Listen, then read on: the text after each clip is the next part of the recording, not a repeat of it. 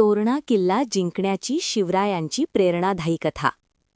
इसवी सन 1645चा काळ.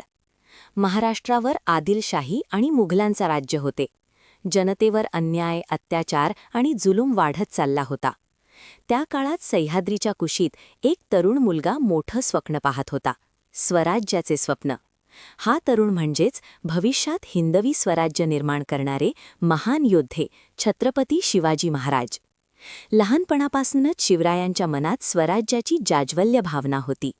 त्यांना त्यांच्या आई जिजाबाई यांनी रामायण महाभारताच्या कथा सांगून न्याय, धर्म आणि पराक्रम यांचे संस्कार दिले होते. त्याचबरोबर त्यांचे मार्गदर्शक दादोजी कोंडदेव यांनी त्यांना युद्धकला, प्रशासन आणि शिस्त यांचे शिक्षण दिले.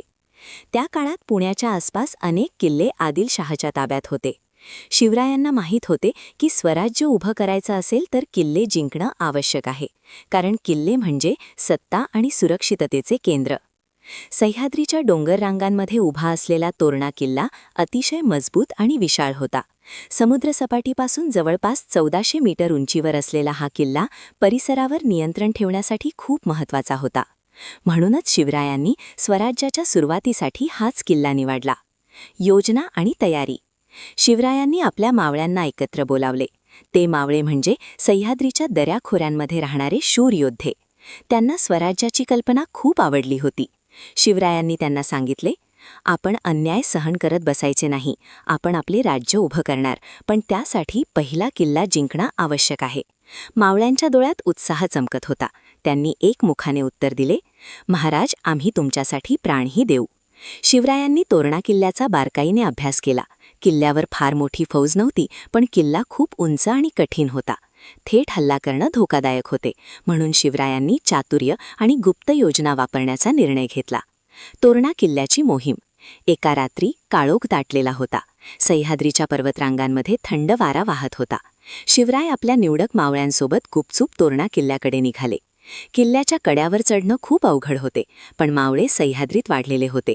त्यांनी दोरांच्या मदतीने आणि आपल्या ताकदीने किल्ल्याच्या भिंती चढायला सुरुवात केली. रात्रभर त्यांनी शांतपणे चढाई केली. किल्ल्यावरील पहारेकरी काहीच समजू शकले नाहीत. पहाटेच्या आधीच शिवराय आणि त्यांचे मावळे किल्ल्याच्या आत पोहोचले. नंतर अचानक त्यांनी हल्ला केला. किल्ल्यावर असलेल्या सैनिकांना काही कळायच्या आत मावळ्यांनी त्यांना पराभूत केले. काही वेळातच संपूर्ण किल्ला शिवरायांच्या ताब्यात आला. स्वराज्याचा पहिला विजय. तोरणा किल्ला जिंकल्यानंतर शिवरायांनी किल्ल्यावर भगवा झेंडा फडकावला. सह्याद्रीच्या डोंगरांमध्ये भगवा झेंडा अभिमानाने फडकत होता. हा फक्त किल्ला जिंकण्याचा विजय नव्हता, हा स्वराज्याच्या सुरुवातीचा पहिला टप्पा होता. किल्ल्यावर शिवरायांना मोठा खजिना सापडला. त्या खजिन्याचा उपयोग करून त्यांनी पुढे अनेक किल्ले जिंकण्याची तयारी केली.